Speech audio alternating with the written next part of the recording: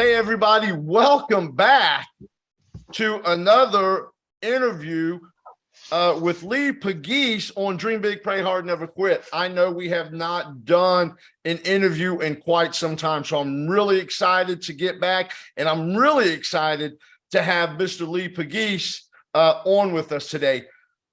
Lee was a standout high school player, football player, standout football player at ECU, got drafted, and now is a middle school PE teacher. And he is here to tell us about how he went out, achieved his dreams, the work and everything that it took to inspire you to go after your dreams. Lee, how you doing? I'm doing good, man. Glad to be here. Glad I can have this opportunity to, kind of share my story and, inspire others. Like you said, the reason I think I got into teaching was more so to, make a difference in the youth and, people around me. I just like, bringing energy and changing my environment. So, that's why I do what I do. Well, we appreciate it. And Lee and I met at a football camp, South Johnson football camp, and we kind of struck up a little bit of friendship. And ever since it, I think I even told him that day, I said, look, one day I want to start this back up and get you on an interview, and so you can kind of tell your story. And today's the day. Yes, So, sir. Lee, I am going to give it up to you, and I'm just going to interrupt you when I think of a good question. You good with that? All right. All Sounds right, good, man. you go ahead. All right, man. For me, as far as football, my journey kind of started back around sixth grade. A few years before sixth grade, I was having some issues in school. I wasn't a big fan of school at the time. And one of my good friends, who dad was a rec football coach, he kind of got me into football. He begged me for probably 2 years to play. I was like, nah, man, I'm not playing. Made every excuse in the world. In reality, I was just scared. Right. Afraid of failure, pretty much. Afraid of failure. You can tell yourself a million different ways, but that at the end of the day, that's what it was at the time. And finally, he convinced me to play, and I convinced my mom to let me play. And started, like I said, about sixth grade. Started playing. Had decent size. I wasn't very big, but I had decent size. Got out there on the field. Just very nervous. Didn't know what I was doing. Didn't know what was going on. But as I kept playing, as I kept practicing, as I kept getting into it, getting more knowledge of the game, I became better and better, and ended up making All-Star game my first year. I think it was more so probably because of the coach. My best friend was the coach. My best friend's dad was the coach. It probably wasn't because of my ability at the Man, don't sell time. yourself short. Don't sell yourself But short. Listen, you're being humble. I don't know, man. Yeah, and I made the All-Star game my first year, and I think rolling into my second year was my first year of middle school football, and I was excited, man. I think it gave me something to look forward to for school, gave me something to be proud of, gave me something to go out and work for. So, had success in middle school. I think my eighth grade year was the first time my middle school had went to the championship game, and it was a big deal in my local community. So I start to see how just being able to work hard and, build relationships with people around me. I started to see how that really felt. And I loved being a part of it. And fast forward a little bit, first year of high school, I think the cycle started over for me. I was very intimidated. I tell my kids that I work with now this story all the time. Very intimidated going from middle school, being a big fish in a little pond, going into a huge high school that fed.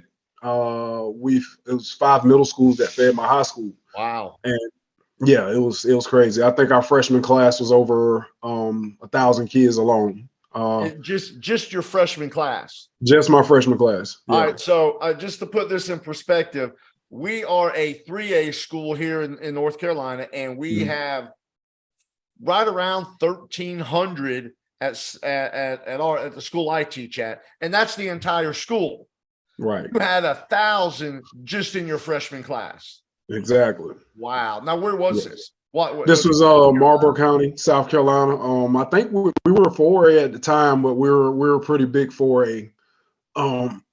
So it was very intimidating, and I give a lot of praise to my older brother. He's a bit older than me. I think me and him are 13 years apart, and I give a lot of praise to him because he's the one that motivated me and encouraged me to keep playing. Because I was like, "Nah, I'm done. I'm not going out there with those guys to get hurt."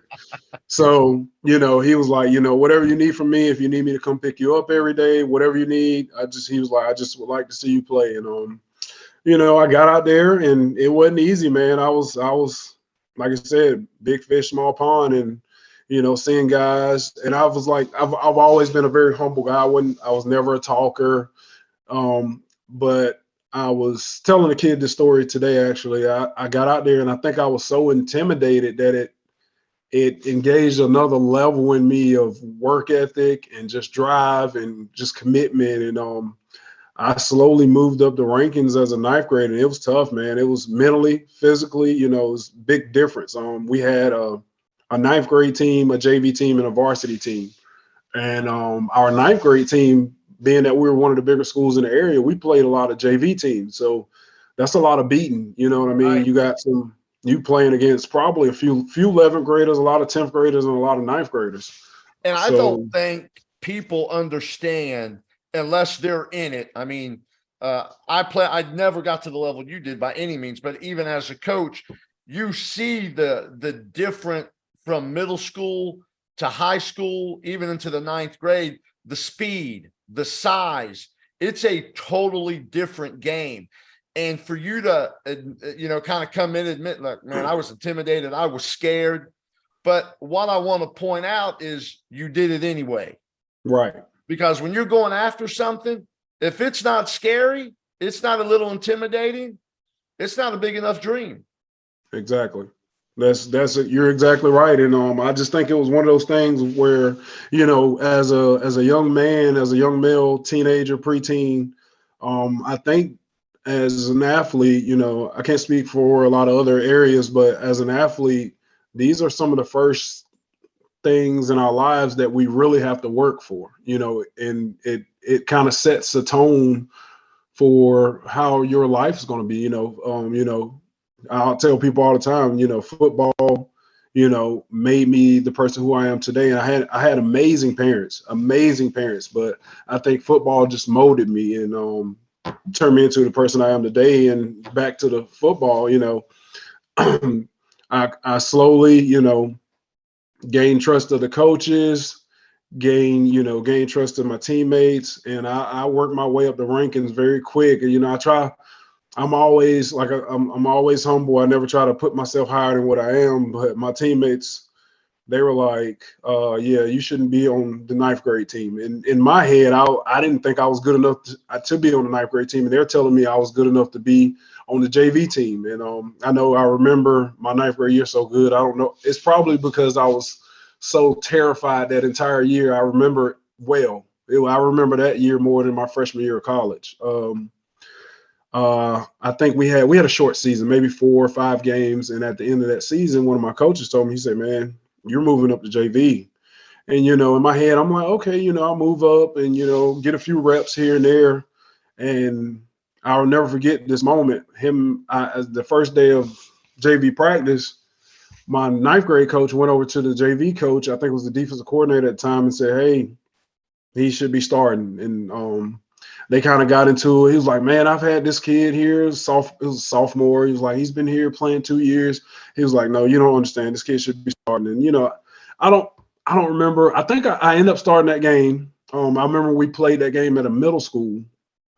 And back to the same thing, that fear, but also excitement. Just I played that first game and I had a game. First JV game, because like I told you, the ninth grade team was playing a lot of JVs anyway. We just ended up playing a bigger JV that was in our conference this time. So, but your ninth grade year, you played 4 games, and in that same year, once your ninth grade year was over, you were still in ninth grade, moving up to JV that same year. So it wasn't the next year. No, same year. Same year. Okay. Yes, sir. And as I moved up, that same feeling, just that fear. I felt like I didn't belong, but I wasn't going to let myself settle for that. You know what I mean? Right. I felt like I didn't belong, but I wasn't going to let myself settle for that. So, I just got out there and started working. And I think about halfway through the game, the coaches came to each other on the sideline because they told me, they were like, "Yeah, you were right. He should have been starting the whole time." I just had myself a really good game. And I think that JV season probably lasted maybe 2 more games. And by the end of that year, our varsity team was in the playoffs, and they picked a handful of us. They moved us up. They dressed as many as they could. So now wait, And you're a freshman. Yep. And now you're on varsity. Yeah. It was. Look, I want to make sure that people understand where this. You're a freshman on varsity. Right. That does not happen often. No, it does not. Especially it does not. in a school the size you were at. Exactly. And it was like, wow, I'm dressing for varsity. Wasn't expecting to play. We were second, third round of the playoffs. And I think we end up, the one varsity game I dressed as a freshman, I think we ended up losing that game. And the season wrapped up. It was devastating because I think the varsity team lost to a team that they beat earlier in the regular season. They lost to in the playoffs. So, kind of devastating for the community. But we head into off-season workouts. All right, this is my first time really being a part of football workouts. An actual program. Yeah. Right. So, I'll never forget this day. It was probably this time of the year, January. No, probably November, December-ish or January. Right. I remember the head coach he was legendary at my high school, Coach Dean Boyd. I was walking across the gym one morning, still ninth grader, and he came up to me and he kind of brushed up against me. He was like, "I don't tell many guys this." And, when you hear this guy talk, he's coached some guys that's been around, NFL, college guys. He was like, "I don't tell many guys this, but he said, you have a chance to start here as a sophomore." And I'm like, he's joking. And I'm like, I was like, "You just telling me this so I can get in this weight room and work hard." And by this time as a freshman, I'm thinking I was about 6 foot, half inch or 6'1", probably 225, 30 pounds as a freshman. That's a pretty big freshman, man. I know. That's a pretty big freshman. I had a really big growth spurt going into my 7th grade year. I was average height, most middle school boys, 5'6", 5'5", 5'6". I was same height as all my friends. And then going into 7th grade, really 7th grade into 8th grade. It was more so 7th grade and 8th grade. I just shot up, man. I was shot up to 6 foot. Oh, it was crazy. But and your parents were going, "How in the world are we going to dress this kid?" Right. It was crazy because my mom's like 5'4", and my dad's like right at 6 foot. So it was kind of weird. So yeah, he told me that, and I'm like, man, I was like, whatever. But once again, I was kind of naturally locked in. I was kind of drawn to it. You know what I mean? I was like, if somebody's telling me something, I'm at least give it a shot to try to listen and try to make the best of it. That was kind of my mindset at the time. And we had an amazing strength and conditioning coach, Coach Kevin Kaga. He was amazing. I was fortunate to have him, and once I got in that weight room, I think that's what really set me apart. Like I want to say, can't remember the coach that says it, but the weight room is undefeated. The weight room is always undefeated. So I think that's what built my foundation was the weight room, and I fell in love with it. I fell in love with the weight room. I was in there from freshman year, each semester, all the way through my senior year. And I got in that weight room, man, and I start seeing those records on the wall. And as I'm going through that off season as a freshman, going through those weight room struggles, because like I said, the weight room's undefeated, but I fell in love with the process. You know what I mean? Fell in love with the process, the failure, the coming back the next day. I'm going to conquer my goals type process.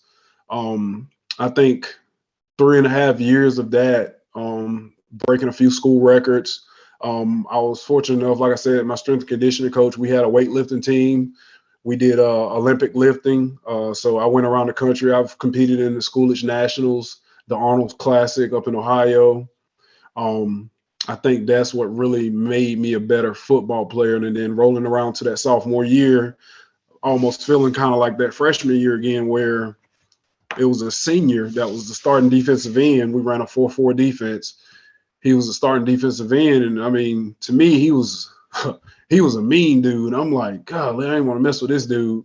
The coach, I remember the practice. We were setting up our defense, our your day one installs, and he was like, "Hey, that senior went out there at the end spot. I was standing on the sideline. He stopped the whole practice. He was like, "Hey, Pegues, come here."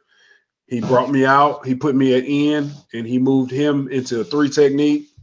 And really, the rest was history, man. I mean, I had to lock in at a young age to honor that program, because we had we took pride in our defense. We called our defense Black D, and it was the real deal. I mean,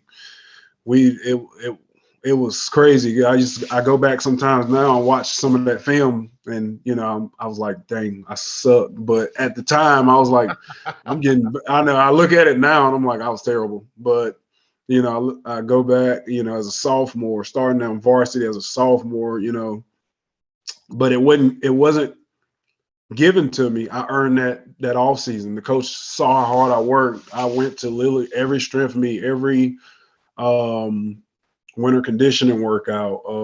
I didn't miss one. I was probably one of the first ones there, and I probably stayed the furthest away from my high school. I stayed about a good 25 minutes away from my high school. And I used to be there 5 something in the morning, ready to rock and roll with my white t-shirt and black shorts on, just clueless, but willing to, sacrifice everything to, become better.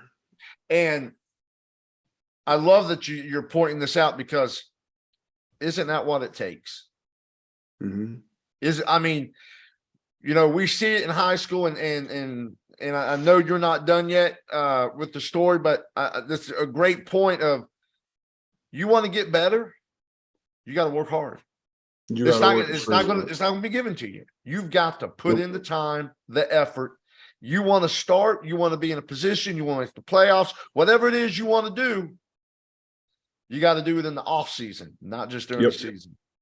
Man, that's exactly what you said. And then moving a little more into detail on that, we, after, sophomore year, we had a pretty good year, made the playoffs. I think lost maybe second, third round. Still young player, a sophomore, going into that off season, summer workouts. That was another thing, man, just bonding with teammates. Like I told you, I stayed good ways away from my high school. I remember we had 2 lifting sessions. We had a morning session and an afternoon session. So I was like, well, here's the commitment. I told one of my buddies, since I was driving already, I told one of my buddies, I said, look, we're going to leave. We're going to go to that first lifting session. We would lift, run, do conditioning, whatever it was we would do. We would go sit in Burger King for hours right up the road. They made a lot of money off us. We would sit in Burger King for hours and come back to the second lifting group. It was like 5 of us. It was like 5. We would go sit in. We were all big boys, and we would go sit in there and just eat up food and just enjoy their air conditioning for a little while. And we come back to that second lifting group. It was always optional, and it was kind of, at least make one. We were doubling up, man. We were doubling up. We would go to both sessions, and obviously it paid off. Me and my buddies that went it, you saw the results on the field. Becoming all state as a junior and as a senior. And I got another part to this story well, let me back up a little bit. I remember my coach came to me one day, same coach, the head coach. He was like, hey, he asked me, and this is one of those being selfless type deals. I was obviously a really good D lineman. That's why I played. And, moving into like my junior year, we graduated a lot of offensive linemen, and he was like, hey, he pretty much tested my character. He was like, I need you to play offensive line. He was like, me being 17, it was like, Coach, I want to play defense. It's more, Right. glorified. You get in the newspaper, you get sacks and interceptions and fumble recoveries.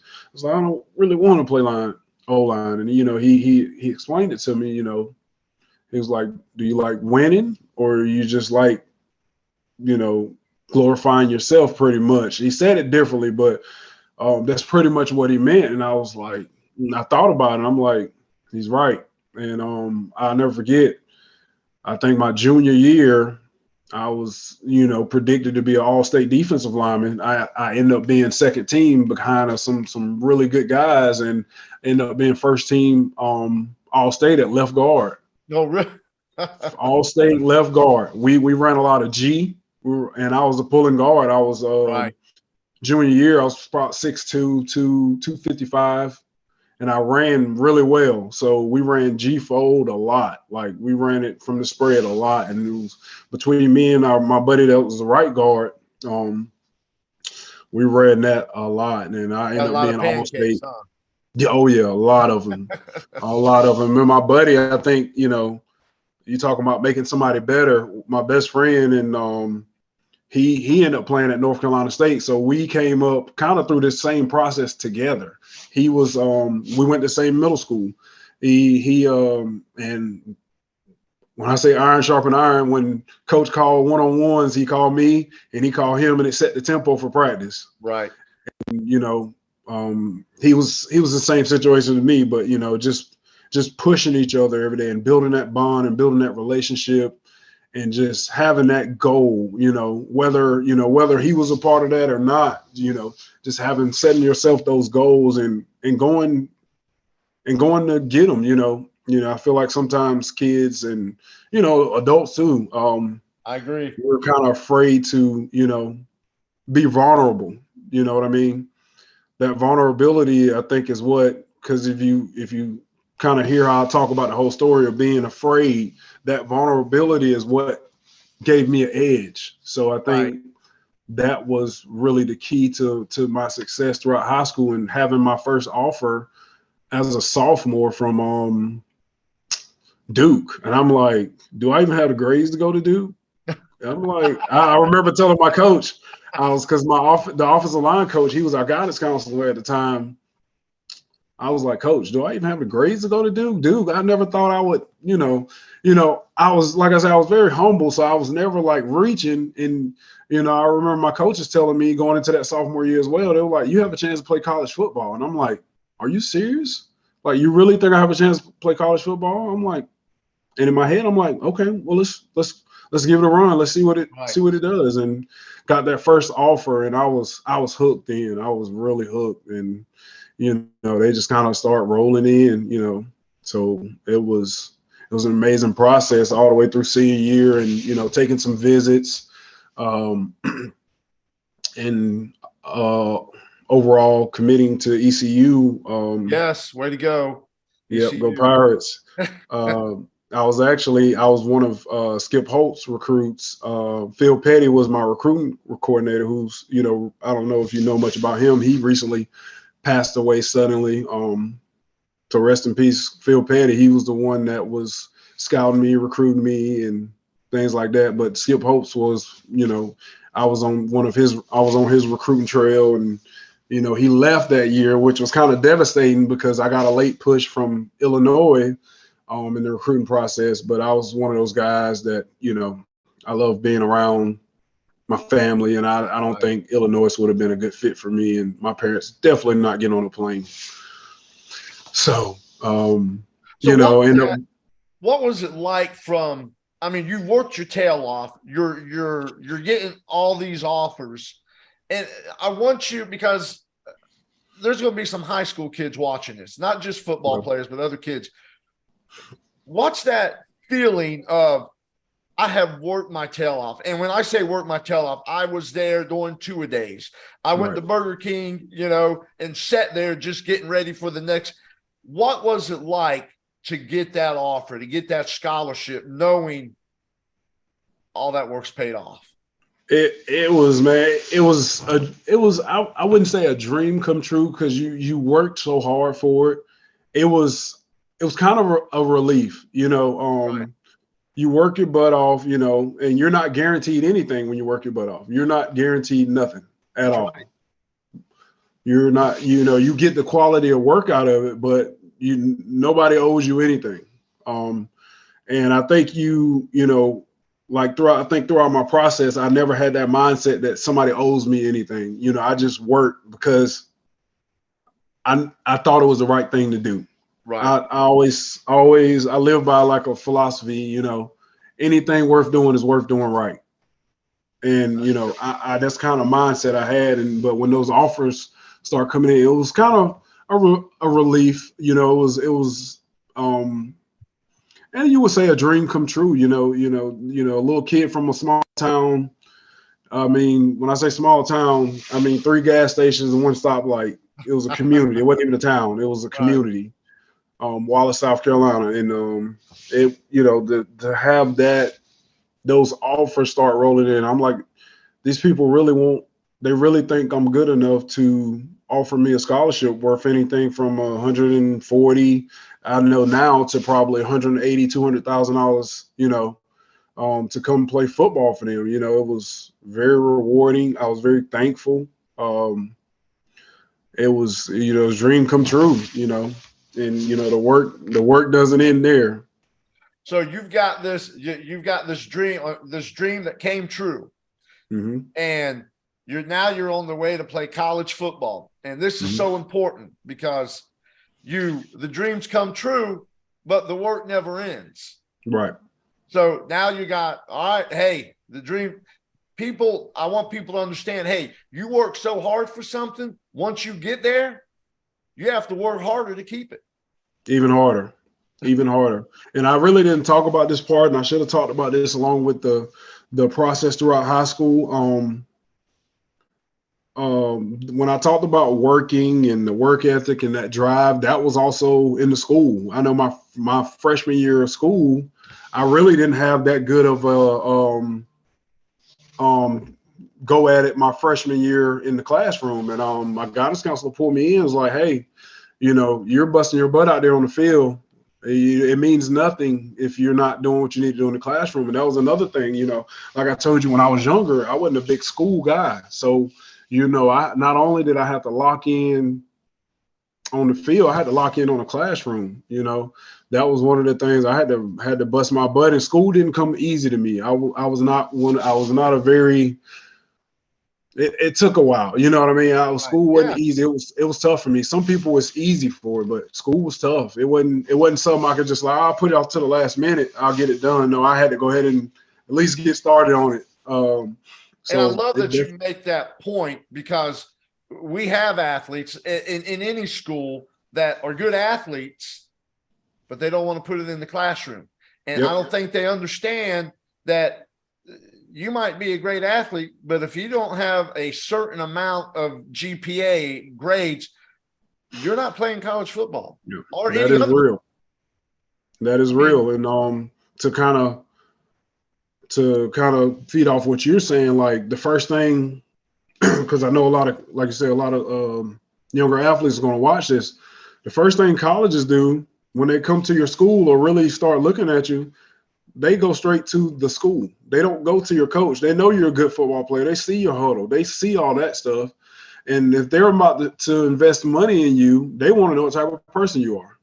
And I think that's a lot of what sometimes that doesn't get preached enough about being a good person. Nobody's going to be willing to take a chance on you if they think you're going to blow through their scholarship money. You know what I mean? And, most of these athletes get to that first year of school, they realize when you sign that national letter of intent, it's not for 4 years, it's for 1. Right. You have to earn it each year. They tell you it's for 4 or 5 or 6, but if it's for 1, when you sign it the first time, that's 1 year. You sign it each year. So, and that's another thing, the consistency piece. You know, some people have, you know, a good spurt of 5 months, 6 months, 7 months, and then shut it down. That's not going to work. That doesn't work at the high school level, collegiate level, and we obviously see it definitely doesn't work at the NFL level. So what was it? What's the difference? Because I know, and I never played college. Now you're at the college level now. What's the difference? Because we tell them, hey, it's no longer, I mean, it's still a game. You're still having fun, but it's a job. It is a job. And here's the main thing I tell people about it. A lot of times at your high school, you are the man. Your name is floating around the community, the school, everything. When you get to college, so did everybody else's that you're going to be on the team with. That's you right. are no longer that guy. It's going to be, you might still be that guy, but there's also guys to your right and left. And if you're not doing what you're supposed to be doing, you won't be there, or you won't be a part of what you thought you were going to be a part of. It's just being humble, being consistent, being coachable in that classroom. They're going to put you in study hall, and utilize those resources, even if you don't need them. I stayed in study hall for 3 years and only needed one. I stayed in there for 3 years because I was like, they're giving me resources, let me use them. Because if you're not eligible, you don't play. Can you take us through just an average day of a college athlete during school? Okay, so when I was at ECU, and these schedules vary based on where you go to school at, who's the coach. So basic day, let's go in season. All right. Okay. Let's say you have a 5:45, you're in the 5:45 lifting group. You got to be there in the weight room before 5:45. Best advice, be there 10 to 15 minutes early. You don't want to walk in 2 minutes before the time. You're not going to like that. Coaches aren't going to be so nice. You go to that lift. It's maybe an hour and a half, depending on what time your classes start. If you had an 8 o'clock class, and the lift starts at 5:45 or 6 to 7. Most time it was 6 to 7, but be there at 5:45. 6 to 7 lift, or 7:30 till 7:30, so hour 30-minute lift. You get there, you get your lift in, you go to the locker room, you shower. And if you got that class, you got to book it from the facilities to the campus. You got to be there on time. There's going to be class checkers there. If you're late, you might be okay. You might be okay because of the early morning lift. But if you don't show up, you're not going to have a good day. If you got an 8 o'clock class, you do your class. If you got 10:30 class, you go to that class. Tape and treatment starts at, I want to say, around 2:15. So if you got 3 classes that morning, whether it's 8, 10, and 11, or 8, 10, and 12, you get to that stadium as quick as possible. If you're an injured guy, you got to have 3 treatments before the first practice. So 3 treatments before practice starts. So if you're a hurt guy or injured guy or got some type of, whatever, it's a extra responsibility that you get 3 treatments throughout that day before practice starts. But if it's a normal day, you go to your average about 3-4 classes that morning, your morning lift. You get ready, you get taped, you go to meetings. We're on the field 3:30, 4. We did practice in the afternoons. So you're on the field 3, 4. You're off the field 5:30-ish, 6. You shower, you get ready for study hall if you were in study hall. So you immediately go straight upstairs to the student center. If you got study hall, you got an required hour as a freshman. I think it was an hour. It might have been 2. And then you're looking at 7:38, and then by that time, you grab you some food, you head to your dorm or your apartment. That's the day. You're looking at 8:30, 9 o'clock, and you do the same thing over again the next day. And that And was it's every day. Time management is so important. And you think about how I said that day is structured. There's not a lot of time for, procrastinating. right. Well, I'll put this project off in class. You get in that study hall, you get to work. You sitting around on your phone doing stuff like that, you're gonna get behind. Weekends, obviously, we play on Saturday, so we travel Friday morning. When you travel, you're missing a class. Right. You're missing a class. A lot of people don't tell you that. A lot of people don't understand that. Some universities try to work around it a little bit, but it's hard. It's general population as well. So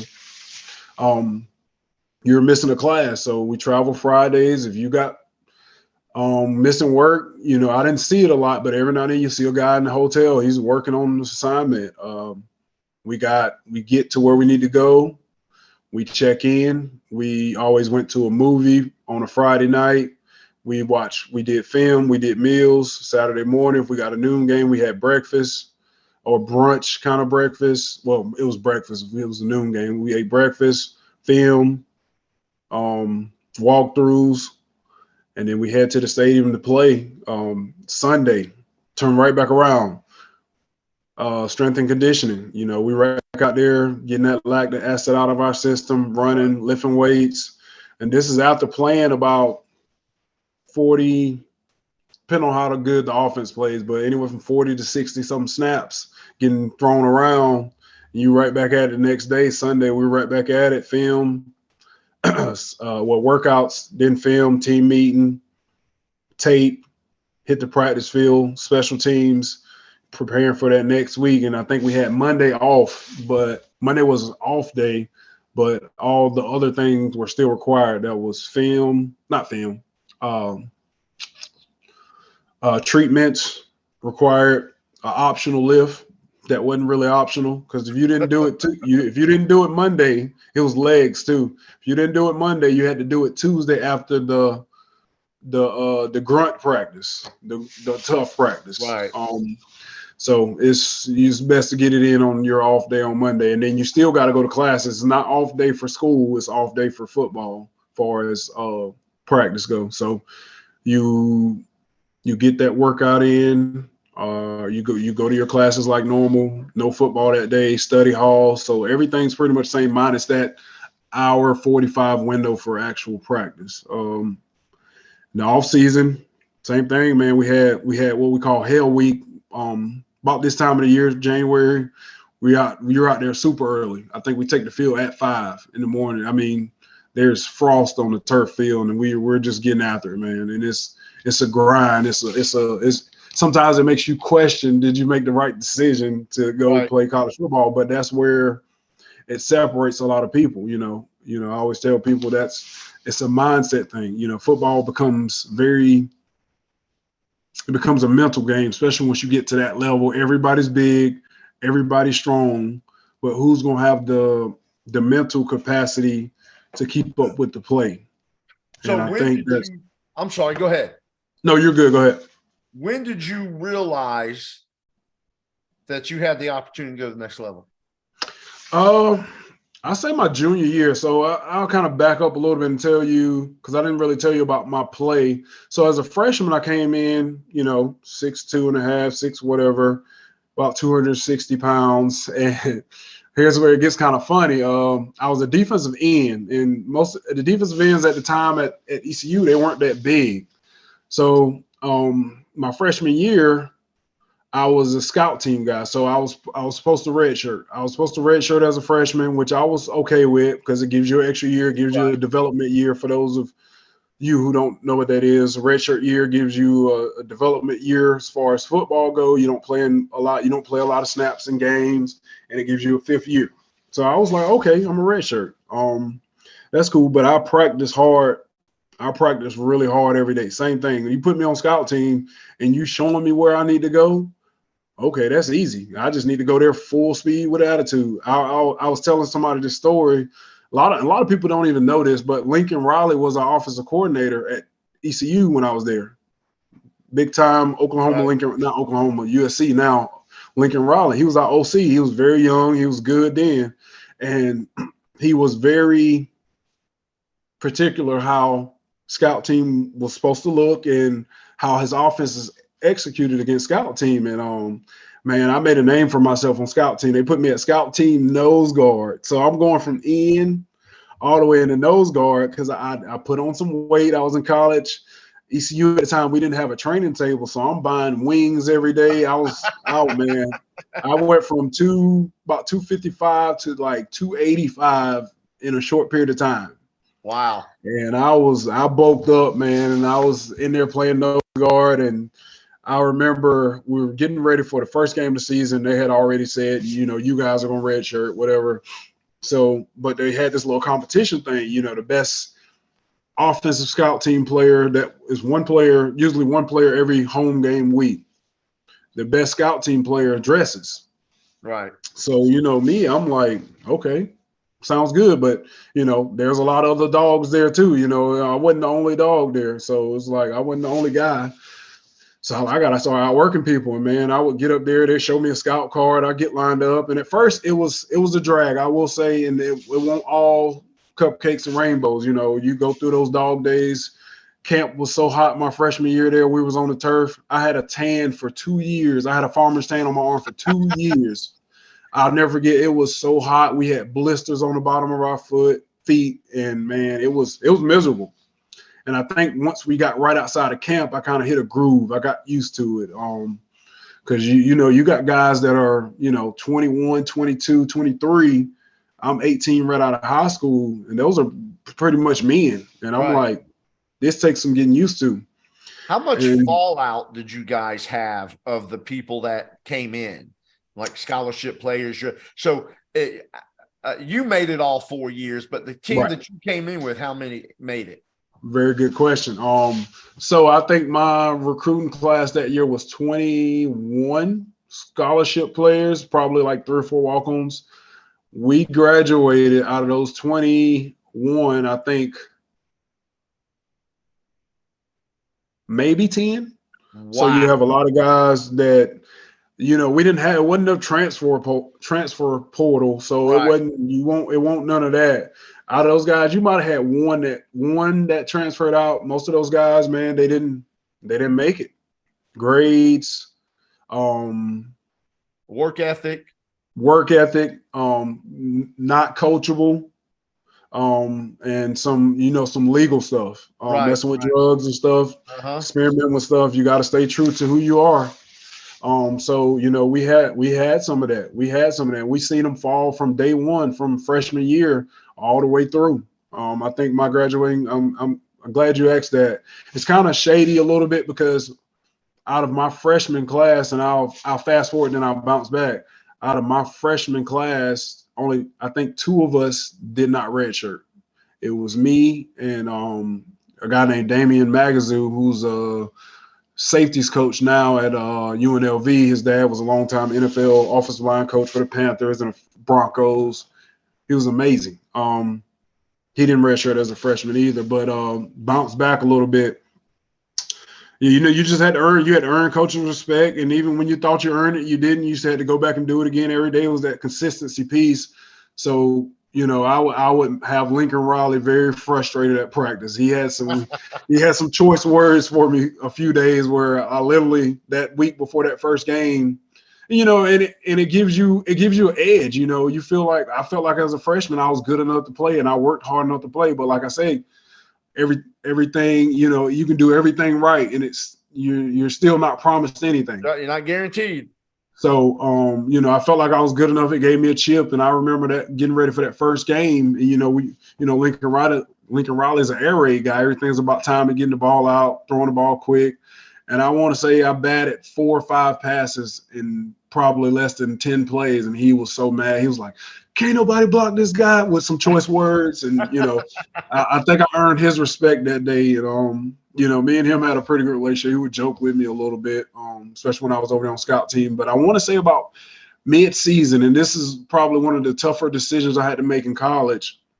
I was playing good. I mean, I was going against starting linemen and, the game day guys, and was holding my own, if not outperforming. About midway through the season, we had some injuries, and they came to me, I want to say in midway through a college seasons, 12 games. So we're 6 games in. So came to me kind of with a decision, ultimatum, whatever you want to call it. It was like, hey, you have a chance to play the rest of the games and you're going to get a lot of playing time. And it felt like kind of like that situation in high school where, I didn't want to be a selfish guy. I've never been a selfish person, but also I thought about like, how would it affect me if I don't get that extra year? You know what I mean? Right. Kind of playing halfway through my freshman year, would it affect my, at this time I wouldn't really think about draft stock because that wasn't really an option at the time. Right. It was just how would it affect me long term? So, I talked with my parents, I prayed on it, but at the end of the day, I kind of felt like I really didn't have a choice because it's like, if you do it, you get your playing time, you're gonna play. If you don't do it, you get on some coach's bad side. You know what I mean? Oh, exactly. Yeah. So Yeah. it was kind of like a voluntold Situation. Yeah. Defensive coordinator, my D-line coach kind of pulled me into a room, was looking at me, and the head coach, and when Coach Ruff came over, I'm like, this is real. Yeah. And I ended up doing it, and to this day I don't regret it. I played a good bit of snaps. My first ever game was against Navy. Probably the worst butt cutting I ever had, but I played really well. So, Navy runs the triple option. Right. And when I was in high school, 3 of the 6 teams in our conference ran triple option. I was very familiar with it. I remember the first play I was in, I was terrified. I mean, I'm in the game. Dowdy Ficklin was sold out, probably 48 to 50,000. We were already down. First snap, fullback dive. I hit it right in the mouth. I did my job. Next, never forget, next place. They ran the same concept. He pulled it, ran for about 60 yards for a touchdown, but it wasn't my job. But the game was so fast. It was like, wow. Especially the first game against Navy was a it wasn't just, yeah, it was different. Those, if you know how those linemen in those triple option, they're straight downhill. They're in a 4-point stance. They're trying to take your legs out. And if you step in the wrong direction slightly, you're toast. You're rolled up on the ground. So that was my first action. And, moving forward, coming into my sophomore year, I was kind of expecting to start. And, the coaches kind of feed you, you've been doing good off season, which I really didn't have a very good off season. I hurt my back, had some nerve issues in my back. So I was pretty much out a lot of my sophomore year summer. Lee, can I take you back just for a minute? Because I want to get your feeling. Because I love these big moments, of all that work and everything you put in, and you have this opportunity now. Right. You're running through the tunnel, getting ready to play your first game. 50,000 people screaming, and what was that like? That had to be an amazing feeling, just to be like, oh my God, it's happening. To be in the moment of all the work, and you're like, oh wow, and then real life hits again when you start playing. Right. That 10 minutes had to be amazing. Man, it is unreal. If anybody ever gets a chance to, go to Dowdy Ficklin, it's amazing place to play football. That's why I chose Greenville. It was amazing, man. Run out that tunnel, it felt like, the movies, those inspirational sports movies. That's what it felt like. It really did. And it kind of lives in my head rent free now. I have those moments where I'm just sitting there thinking, it's like the first time, I remember first and last time I ran out, man, that smoke, those cannons, our pirate, it's crazy. And it was just amazing. And actually the first time I ran out, I wasn't the first game I actually played in. That was the first game I dressed. And the first time I ran out, we played NC State, when a lot of people don't know this, when Russell Wilson was there, and we beat them in overtime, I think 31-30. And it couldn't have been a better time to be a Pirate. It couldn't have been a better time to be in my first experience as a Pirate. It was electric. Like, that was in prime time, NC State, Russell Wilson, They had one of the top running back recruiting classes. They were ready, and we beat them in overtime. And that freshman safety I told you about had the game-winning pick. Yeah. It was crazy. That's cool. That is so cool to be able to, very few people get to experience what you experienced in that. Yes. And I want people to realize, hey, that's an amazing thing that when you get the opportunity to do that from all the hard work you put in. So now you're a sophomore. You had a bad off season, get ready to start the grind, starting the season all over. And where you at? So that sophomore season, man, it was tough. It hadn't been a whole lot of adversity at this point in my story. I think everything's been pretty fluid in what the process of an athlete looks like until my sophomore year. So I have a bad off-season injury. It was an injury during conditioning. It was when I look back on it, I think it was a lot to do with me putting on a whole bunch of weight and not really having the frame for it at the time, and having some sciatic nerve issues in my lower back. And we had just got a new strength and conditioning coach, which Coach Connors is amazing. He came back from UNC, where he's been there for years. His strength and conditioning program is amazing. He will work you to death. I'll just leave it at that. So he didn't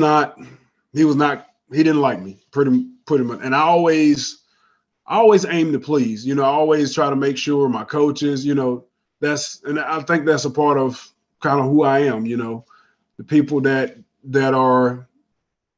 opinion does matter of me. I always try to, make sure I'm meeting those standards, because that's a part of the job. You know what I mean? So he did not like me. He thought I was milking it. He thought I was faking.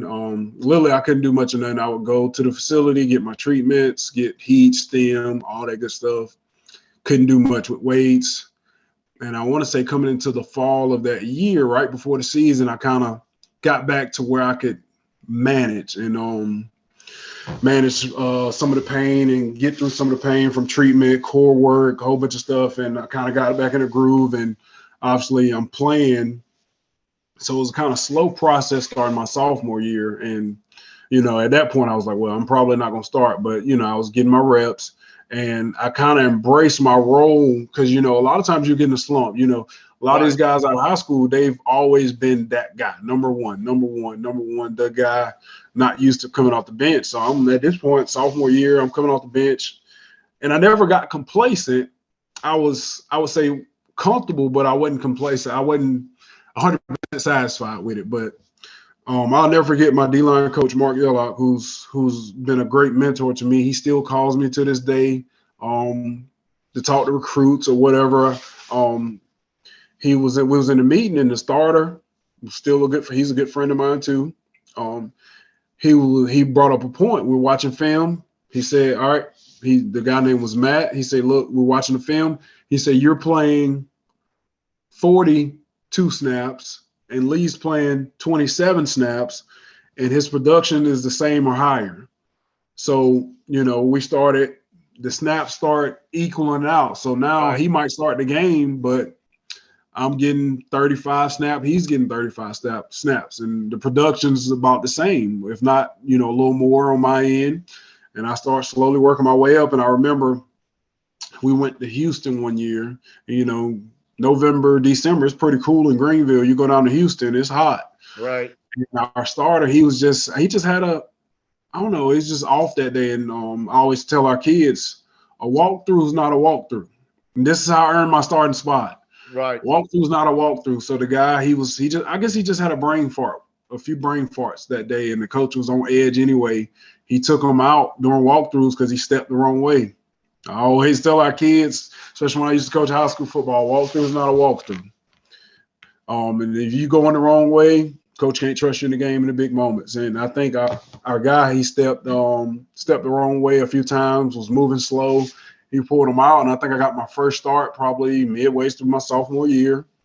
And I think I didn't really look back from there. I started having good production as a sophomore. coming into my junior year, there was still not a lot of NFL noise. I wasn't really concerned about that at the time. I was just worried about me getting better and helping my team, because at that point we changed from going into my sophomore year. We changed from a 4-3 defense that I was in my freshman year to a 3-4 defense, which suited me because I was a 6'3", 290 at this time. I wasn't a defensive end. Could have been a defensive tackle. I could have been a 3 technique, but that 4-eye position suited me so well. And I think that was the difference between me and the other guy. He was about 6'4", but he was like 240. So when you're getting a double team from a guard and tackle, he couldn't hold a point quite as good as I could in that gap. So our defense got so much better, and just doing your job. Our coaches always preach doing our job, and I think I really, my junior year was a really good year. It wasn't I didn't have a lot of sacks because the defense wasn't designed for the interior guys to get a whole bunch of sacks.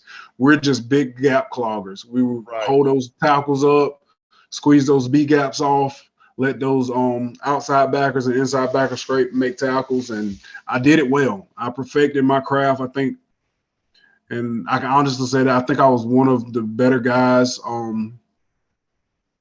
at perfecting the craft. I think few of my teammates, my defensive line buddies, they were probably a little more talented than I was, but I think I really perfected the craft of knowing what I can do, what I couldn't do. I remember probably my junior year when I got good at what I was doing, I was like, I want a little more production. I want some more tackles, because getting 3 tackles a game was like, I was doing my job, but it was like, I need more. And I got to the point.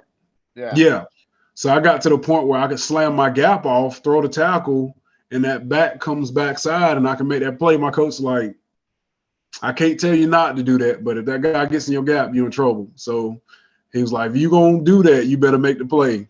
So about 85% of the time I would make that play. We had a big goal line stop my junior year against Marshall. Marshall's always been a big rival at ECU. So we're down near the boneyard, and it was third and 1 on the goal line, and I had a huge one of those plays, slammed the B gap off, running back bounced right outside tackle, met him head on. So I think it was just the fact I perfected my craft. And I always tell my kids this, I'm not looking for the best athletes. I'm looking for the hard workers that are coachable and is going to do what the coaches tell you to do. So I became what the coaches needed, what they were looking for. And I think that's what helped me with my draft stock. I was able to do exactly what the playbook was called for. You know what I mean? So I think by my junior year, kind of, you get on those mock draft boards and, golly, is this real? I'm like, I went from not even thinking I could play college football to being up in the top tier. And I'm like, this can't be real. But, you forget the quality of work you put in, and sometimes you get so used to the quality of work, it feel like you're not really doing much. But I think, even into my senior year, which I think I played better as a junior, and I'll tell, for the viewers, I think I played better as a junior because I had a chip on my shoulder than when I was a senior, because I felt like I had already kind of achieved that goal. And if I can go back and do anything, that would be to stay locked in more. I've still played well as a senior, but I felt like now as older and adult, I feel like I could have played better as a senior, played more hungry. I got a little complacent. But I think that happens. Yeah. Because now you've been playing half your life. Right. You've been playing football half your life now. And you do. And I think that's the trick, not get complacent. Right. But it's got to be tough. It's got to be tough. So now you're in your senior year. Right. And I kind of want to bounce a little bit. What was it like to know you're going to get drafted? I mean, what was that like? Okay, season's winding down, drafts are happening. What was happening? It was crazy, man. It was kind of nerve wracking because I wasn't a top priority guy. I was kind of a bottom tier guy. So it's like draft, free agent type deal. So it's kind of nerve wracking. I'm sitting there. I'll never forget I graduated. I graduated May 14th, and the draft was May 14th. 2 days. I think it was 14th, 15th. I was on the second day. So I think I graduated the day before. So I graduated the day before the first day of the draft, and I got drafted the next day. So it was all amazing. And I always told my teammates and everybody else, like, get your degree, because Right. football isn't forever. But that's a story for another day. And it was amazing. My family had came up because I had just graduated, had some friends, and I was sitting around watching, and I got nervous. I was like, man, turn this TV off. And I had a little RC car that I bought that ran off, gas or whatever, and that was a little hobby car. And I was like, I'm going outside. And I stayed in an apartment, so I'm like out here in the parking lot playing with my RC car. And I remember because I had been talking weeks up, coming up into the draft. I had talked to the Steelers. I had talked to the Panthers. I had talked to the Falcons, the Colts. I didn't talk to the Bears, and they were the one that took me. But I want to say it was one more team. I can't quite remember. It was all kind of jumbled up in there. But yeah, I was thinking, man, that it was going to be like the Falcons or the Steelers because that's why I preferred the Steelers, Right. but Right. they look for a little more length in their defensive tackle guys. Height wise, 5'6", 6'7", longer arms, be able to lock out hole gaps. But anyways, so it's getting late in the 7th round, and I'm like, I haven't been drafted yet. Whatever. I turn TV off, and I go outside. As soon as I go outside, I start playing with my hobby car. I get a call from the Bears. So got that call. And that changed everything, man. I'll never forget. It was just like I went late, 7th round. It was amazing. It was like my wife now, who was my girlfriend at the time, looked at me and was like, "Is that a team?" I'm like, "Yeah." And then I was on the phone with my agent, and I remember one of my professors had stopped by he's always been there to like help us because he's like, I'm mentoring you guys while you're here. He stopped by. And I'll never forget driving to the local FedEx to pick up the contract. Right. I'll never forget. I was playing some Meek Mills. I'm sitting here like vibing. It was amazing. It was like, but in the back of your head, it's like it's time to go to work. You know what I mean? It's like this is real. And I think I signed my contract, faxed it back. And I want to say a few days later, I was in Chicago, May 20th, I want to say. And first time I've been up north, and it was freaking cold in May in Chicago. I get off that. Well, first of all, I almost had a heart attack because me being a little country kid, only time I've ever traveled is with a team. We're always Right. together. So first time traveling by myself, Chicago O'Hare. Been there Oh my quite a few goodness. times. Man, I'm telling you, it was interesting. I walked all the way across that airport. I think I forgot something. It was nerve-wracking. Very nerve-wracking, but it was all exciting at the same time. Get to the Right. Right. facility, and I get to the facility, and we're over signing paperwork, and probably the most nervous I ever been was signing my contract, like the official contract, and having to do the tax forms. I'm like, I'm doing taxes for $1.5 million. Like, I need help. Like, I don't know what I'm doing. And they're here. Here you go. Yeah. I'm like, Yeah. I need to talk to somebody. I'm like, I'm sweating. I'm like, what do I put? Like, I've never had a job before. I've never had a job ever. This is my first one. It was like $1.5 million. I was like, what? And then I'm like, if I put too many dependents or I'm like, oh my goodness. That I'm like, had to be crazy. that See, and I've always thought there's got to be some sort of for someone coming in to the NFL. there should be some sort of class to teach people how to handle It should be. $1.5 million. Right. You know, I've always thought that was kind of weird. And I know you know this, but Right. I think it like 70% of athletes, professional athletes, once they leave the sport, they go like bankrupt because they've never been taught how to handle that kind of money. Right. And I always thought, why don't they have a class for rookies? They should. They really should. And I think that was probably one of the most nerve-wracking moments. But I will say we had a very good veteran staff there. And I got there, I was starstruck. Like, people say they're not. I mean, unless they're top-tier athletes and they're already meeting some of these guys, like I was starstruck. I was a big Cowboy fan growing up, and I was a fan of Jeremiah Ratliff from Dallas.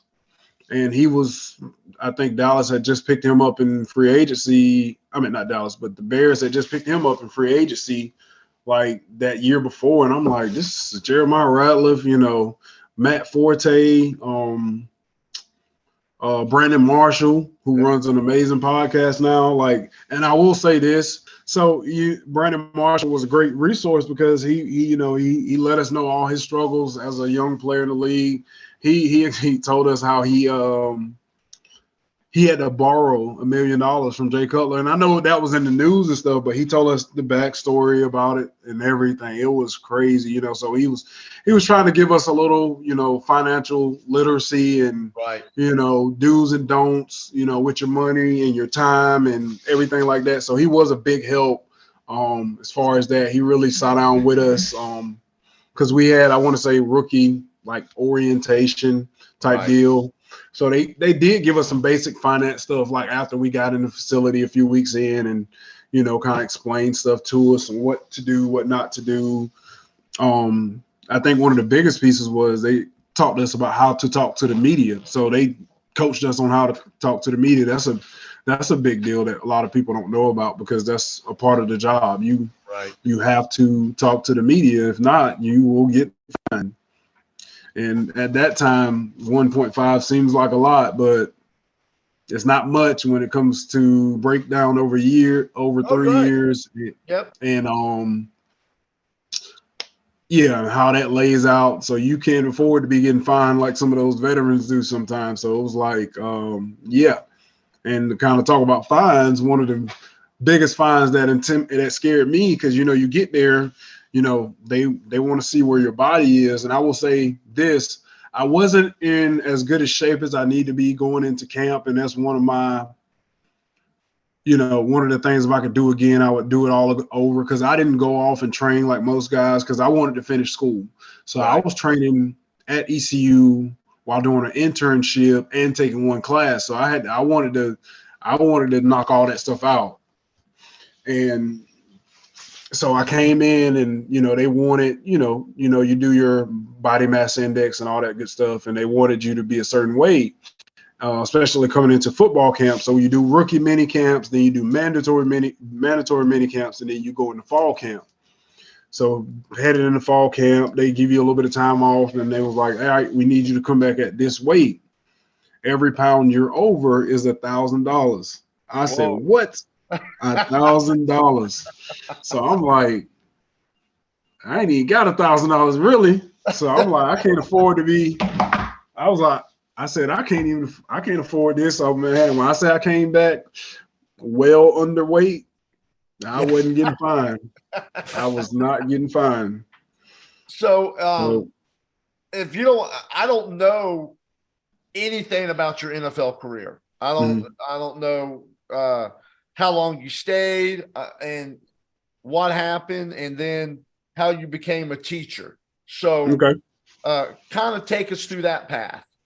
Okay. So, my NFL career wasn't very long, man. I was cut pretty early. It's one of those games where, I think a starter had got hurt. I was kind of lingering around on the practice squad or whatever, making a little good money here and there.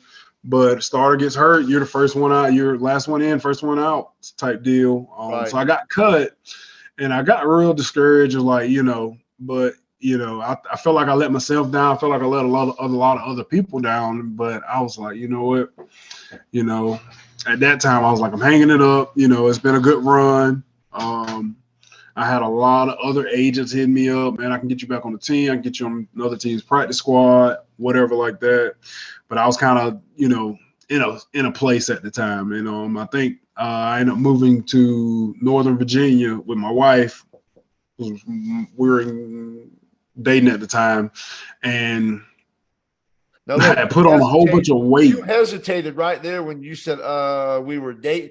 You better make sure you got your stuff right when you talk to your wife, man. I know she just walked in the house too. So yeah, I'm not sure. Yeah, we were dating at the time. I was trying to think we were engaged, but we weren't engaged at the time. We were dating at the time, and I had put on a whole bunch of weight. I was kind of in a sunken place for a little while, and then I was like, let me get back in the gym. Got back in shape, start feeling good. So my agent reached out to my agent, like, hey man, I want to get back into this a little bit. So we had some CFL contacts, and at this time, I didn't know that the CFL does their own draft. So I was on the phone with my agent. He was like, I got some good news and some bad news. What do you say?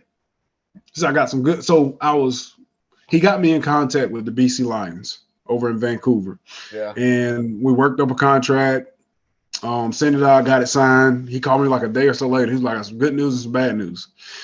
He was like, bad news is you're not going to BC. I'm like, what? Why not? He's like, well, let me tell you the good news. He's like, good news is you're going to Saskatchewan to the Rough Riders because they drafted you back in, this was 2015. They drafted you back in 2014.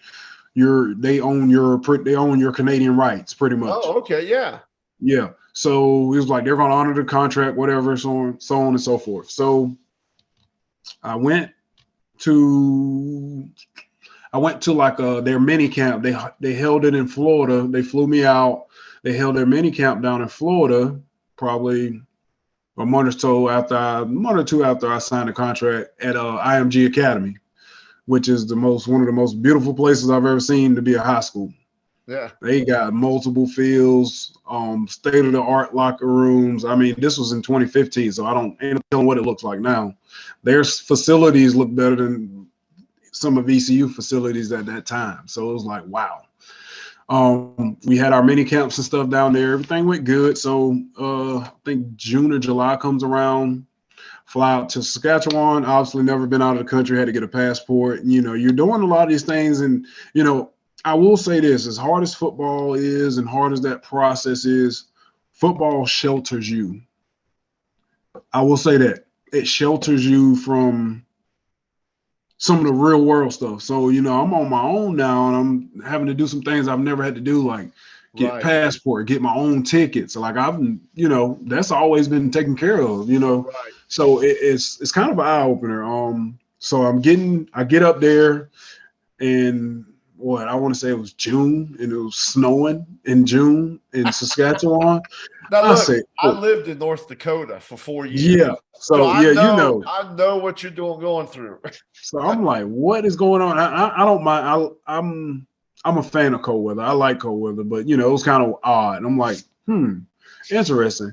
And I get up there and not a lot went on there. I played there for a little while. I enjoyed it. It was great football, man. They play good football up there. It's just a little bit different than here. And you got to be at another level of shape. That feels about 10 yards wider and about 20 yards longer. Yeah, I think it's 120. Yeah, and that, man, when I say it makes a big difference of running on and off the field or running sideline to sideline, yeah, it's a big difference. It's a big difference. So I played there for about a season, and I came to peace with my football career. And I called my girlfriend at the time, and I called my mom, and I'm like, it's time. I'm done. I was happy with everything I've done. I was thankful for everything I've achieved. and I knew it was just time. You know what I mean? Yep. And I decided to come home, which at the time was Northern Virginia with my girlfriend at the time. And I'll never forget, first real job was working at AutoZone. That was, and it was just something to keep me busy. My Exactly. wife was already working, and I was like, it was humbling. You know, I loved it because I was like, this is a different side of me. It's not football me. It was a different side, and I worked there. And people used to always tell me how like they've never been greeted the way I would greet people. You know, I've always been a people person. Like I Right. would greet people. You know, I always treated people the way I wanted to be treated. Worked there for like 3 months. The manager was like, it's crazy because when you tell people, yeah, I played in the NFL, they were like, what? What do you know? Like they Oh, always yeah, want to know your exactly. story. So it really brightens people up, and I really enjoy like being able to tell this story. I just but people always ask, you play football? And I remember my manager, he was an old guy. He was like, man, he was like, I'm gonna call the other manager. I'm like, I bet you don't got an NFL player working for you. It was hilarious, but I enjoyed that. I worked there for about 3 months. And my wife, we were driving through Winchester, Virginia, because that's where we live. So if you eat or use White House vinegar or drink apple juice from White House, they make it right there in town. Beautiful town. Grow those apples on those mountains. I still ain't figured out how they do that yet, but they do. I was passing this high school. It said John Hanley High School, and if you get a chance, look up John Hanley High School and look at the aerial view. It looked like a little college campus. Oh, yeah. So I passed it one day, and I told my wife, look at the school right here.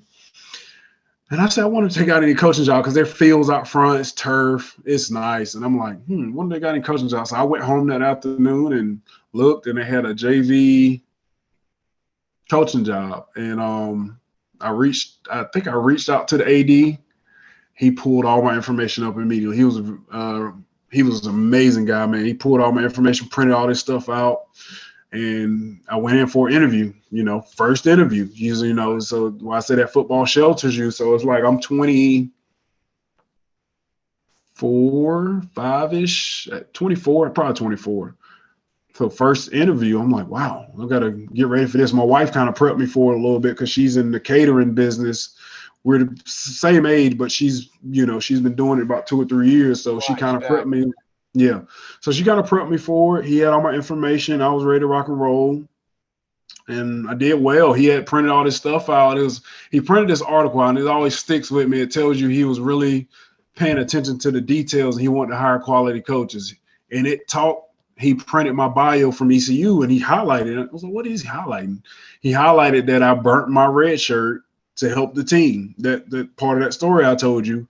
And I told him my story, kind of like what we're talking about now. And I end up being a JV defensive coordinator, first ever job. Now I'm like, it's different between playing football and coaching football. Big difference.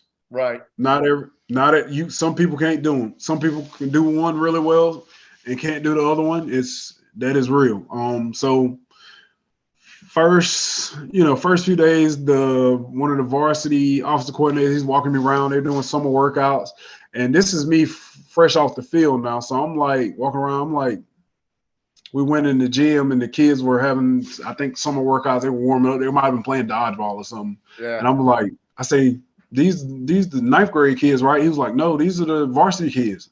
I'm like, what? So, I'm used to seeing 6'6", 330 and 6'5", and I was like, it was humbling. So it was like, these are varsity football players right here. I'm like, oh my goodness, okay.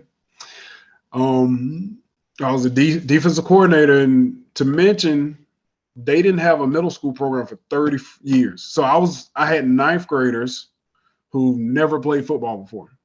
Good gracious. Ninth grade. So the year I got there was their game. Was that? You're teaching the game. I learned a lot quick, man. One of my buddies, he was the offensive coordinator at the time, and he taught me a lot about, I knew defense well, I knew certain things well. There was a lot of stuff I didn't know, like, just certain stuff. I didn't know secondary that well, and he helped me out a lot. And just how to work. I knew I was pretty good at working with kids, and that's one reason I wanted to coach. So I knew that part wouldn't be hard. Just learning how to teach, and it ended up being natural for me. But at first, it's an adjustment. You know what I mean? Right. It's a true adjustment. Because my teammates at ECU would always tell me, it was like, man, you're gonna be a coach. You're gonna be a coach, because I was always coaching on the field. But to actually do it at that capacity, it was interesting. But I fell in love with it. I got my fire back. You know what I mean? Right. You know, I got that same satisfaction from seeing other success that I would get from my own success. And that's when I knew, like, I can do something with this. But yeah, I was a JV defensive coordinator for 2 years. And I'll tell you, I worked with kids that never played football before, ninth graders that never played football. Because the older you get, the harder you are to teach. Exactly. So It's like, I'm like, but it was a great experience. And then I moved up. We got a new coach. His name was new varsity coach named John Davis. He's coaching college football now, college football head coach.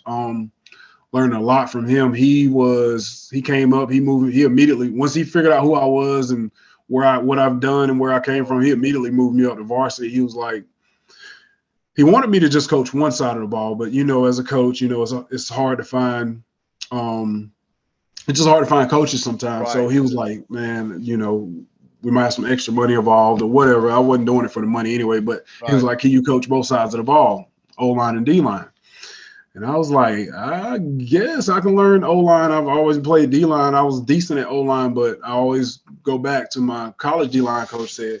He said, if you're a student of the game and you study the game and the position across from you, you should be able to play. He was like, any good D-lineman should be able to play O-lineman because you know what they're doing. You know what they do. And I enjoyed it. It was 3 years coaching varsity football.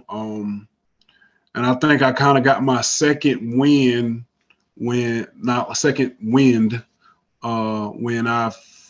first had one of my first kids signed to go play college football. That was, I got that same feeling I got when I signed with the Bears. It was like amazing. Like, I was like, I helped this kid achieve a goal, a dream that he didn't even have of his own, just motivating, because, behind every good coach, there's a great coach, right. So, somebody got me over the hump. So it's pay it forward. Now it's my turn to get somebody to that point.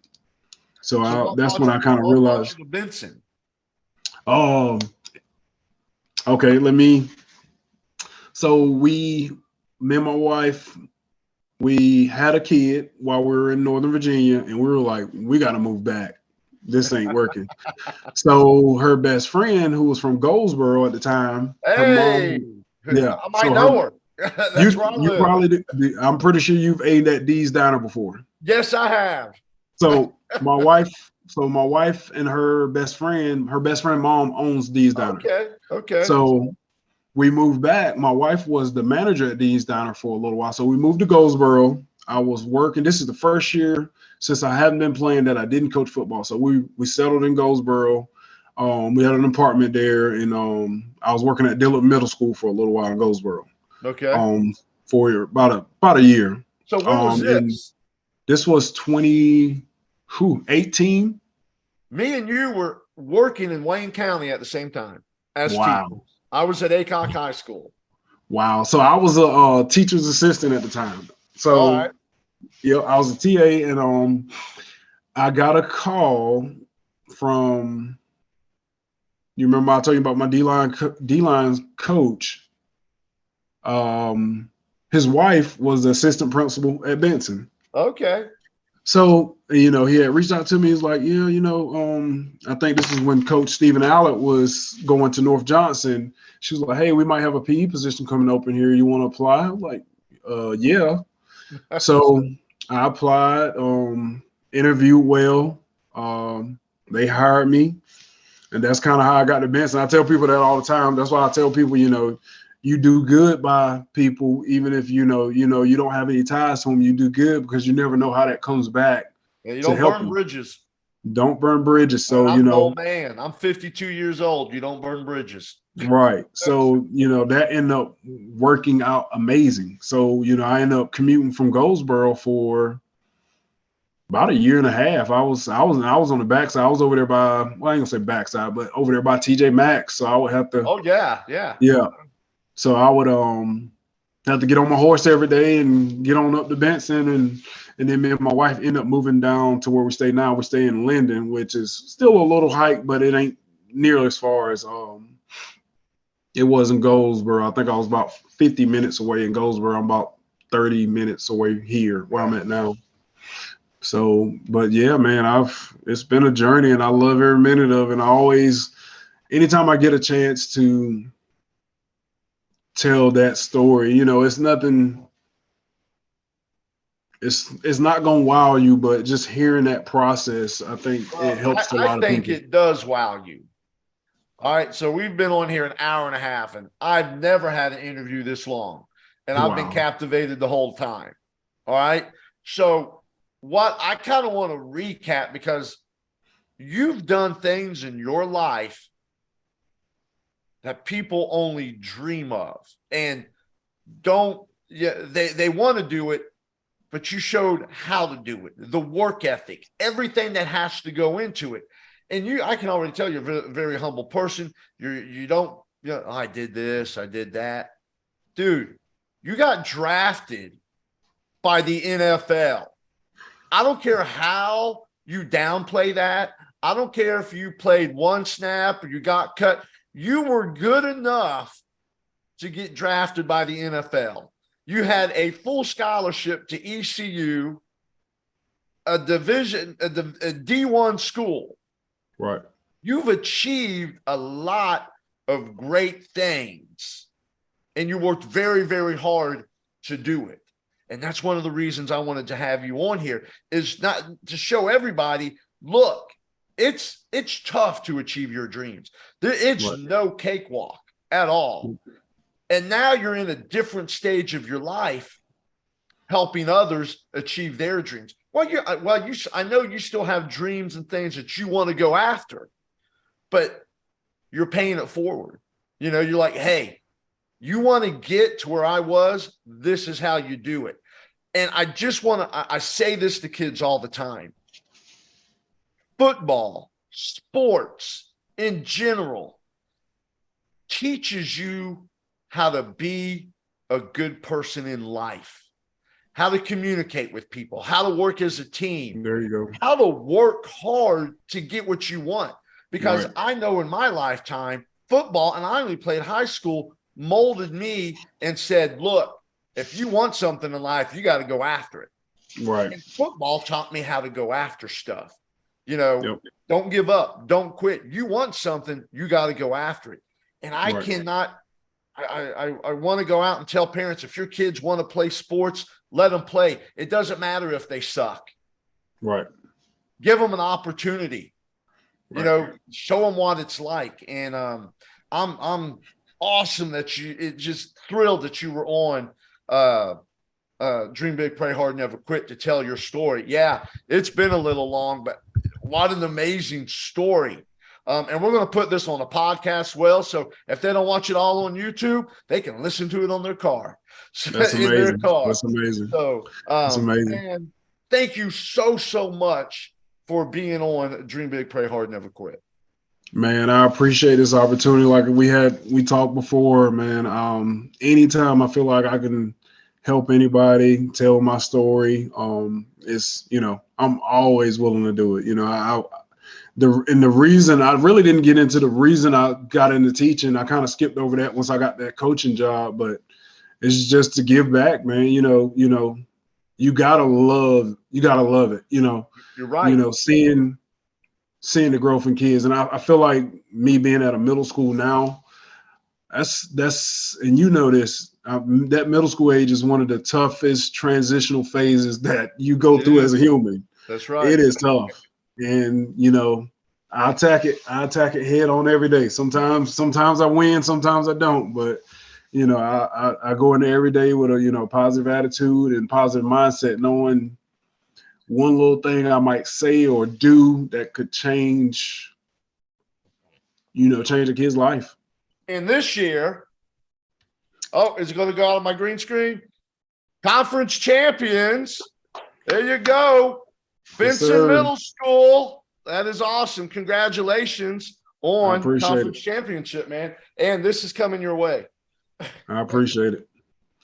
Yeah, So, man, way to go. that was one of those things too. That was kind of one of my philosophies too. I'm a big believer in I just like proving people wrong. You know what I mean? Like, you just, a lot of times people don't believe in your dreams, especially like you say with sports. Like people, oh, you don't need to do that. You don't need to waste your time. A lot of people told me that when I went to Benson. I'm not even gonna say no names, but I've heard that from day one when I got to Benson, February 2019. Oh, why are you there?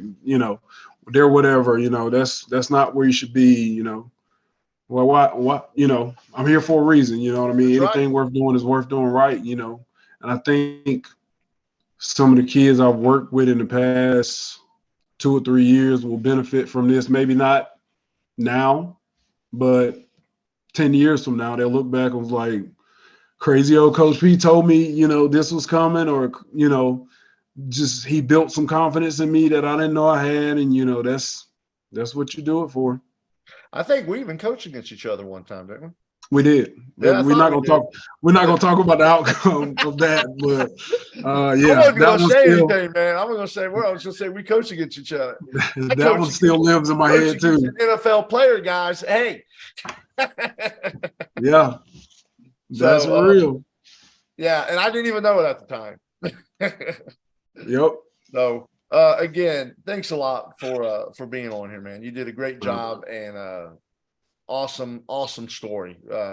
Definitely what Dream Big, Pray Hard, Never Quit is all about. That's what it's about. I love it, man. I love it. I appreciate you for having me. All right. So